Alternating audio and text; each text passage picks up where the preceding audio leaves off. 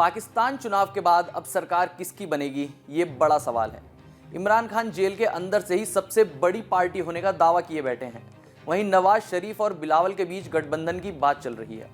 Pakistani media से जो report सामने आई है उसमें दावा किया गया है कि पाकिस्तान की सेना नवाज शरीफ के सपोर्ट में है।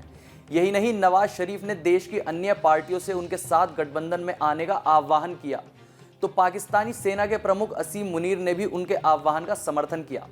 अब नवाज शरीफ पीएम बनेंगे या नहीं ये तो पता नहीं, लेकिन खास बात यह है कि कभी पाकिस्तानी सेना ने ही उन्हें पीएम की कुर्सी से हटाया था, यहाँ तक कि उन्हें देश छोड़कर भी जाना पड़ा था। साल 1997 में नवाज शरीफ दूसरी बार पाकिस्तान के पीएम बने थे। उनके पीएम बनने के कुछ समय बाद ही उनका पाकिस्तानी सेना से टकराव शुरू हो गया। अगले ही साल पाकिस्तान ने परमाणु परीक्षण किया। 1998 में जब उनकी सरकार कमज़ोर पड़ने लगी थी तो उन्होंने पाकिस्तान में शरिया लागू करने की कोशिश की। इसके लिए वो नेशनल असेंबली में बिल भी लेकर आए, लेकिन बिल पास नहीं हो सका।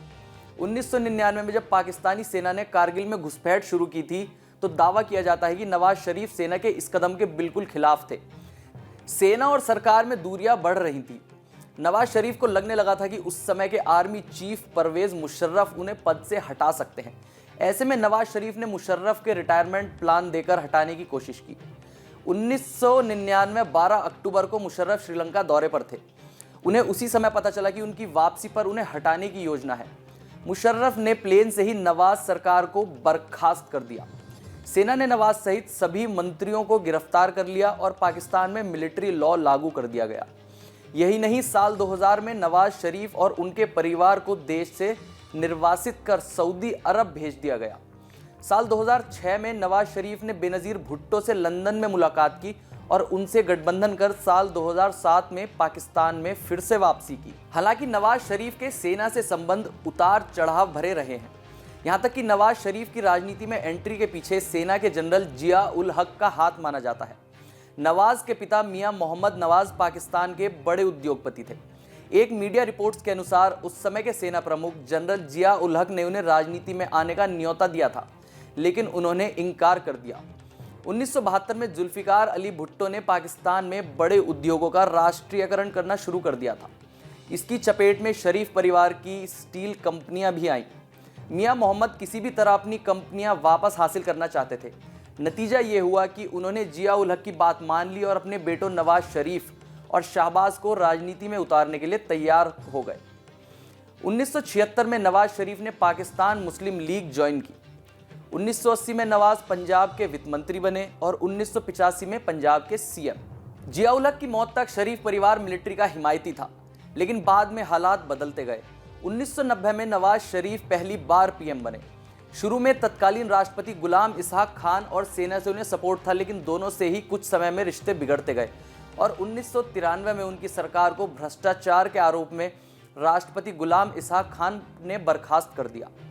साल 1997 में नवाज फिर से पीएम बने और इस बार सेना प्रमुख परवेज मुशर्रफ ने 1999 में उनसे सत्ता छीन ली। साल 2000 में उन्हें 10 साल के लिए अरब में निर्वासित कर दिया गया।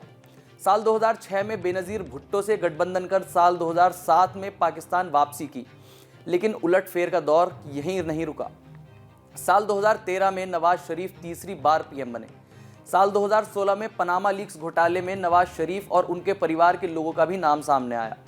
जून 2017 में सुप्रीम कोर्ट ने नवाज को भ्रष्ट मानकर प्रधानमंत्री पद के लिए अयोग्य घोषित कर दिया और साल 2018 में एक और मामले में कोर्ट ने उनके खिलाफ एक्शन लिया। एक और मामले में नवाज को बेटी मरियम समेत 10 साल की सजा सुना दी गई। 2018 के आम चुनाव में उनकी पार्टी चुनाव भी हार गई। इमरान की सरकार बनने के बाद नवाज बीमारी के इलाज के लिए लंदन चले गए। कुछ विशेषज्ञ कहते हैं कि नवाज शरीफ का चैप्टर पाकिस्तान से क्लोज हो गया था, लेकिन ऐसा नहीं हुआ। इमरान और सेना के बीच धीरे धीरे दूरियां बढ़ने लगी। साल 2022 में अविश्वास प्रस्ताव के बाद इमरान खान को सत्ता से हटा दिया गया। इमरान खान के पतन के बाद से ही नवाज शरीफ ने अपनी राजनीतिक सरगर्मियां बढ़ा दी और सत्ता में आने के प्रयास में लग गए। अक्टूबर 2022 में नवाज शरीफ पाकिस्तान वापस लौटे। उनके खिलाफ चल रहे लगभग सभी मुकदमे खत्म हो गए और प्रतिबंध हटा दिए गए। जिस सेना ने नवाज शरीफ का तख्ता पलट किया था, इस बार उसने ही उनका स्वागत किया। तमाम मीडिया रिपोर्ट्स का मानना है कि इमरान खान से दूरियां होने के कारण सेना ने एक बार फिर से नवाज से ट्यूनिंग सुधारी। वहीं नवाज शरीफ ने भी कोई और तरीका न देख सेना से समझौता करने का फैसला लिया। अब आगे क्या होगा ये तो समय बताएगा। ये खबर लिखी है हमारे डेस्क सहयोगी अपूर्व श्रीवास्तव ने। मेरा नाम है वंश और ऐसी ही देश दुनिया की बड़ी खबरों के लिए देखते रहिए न्यूज़ नेशन।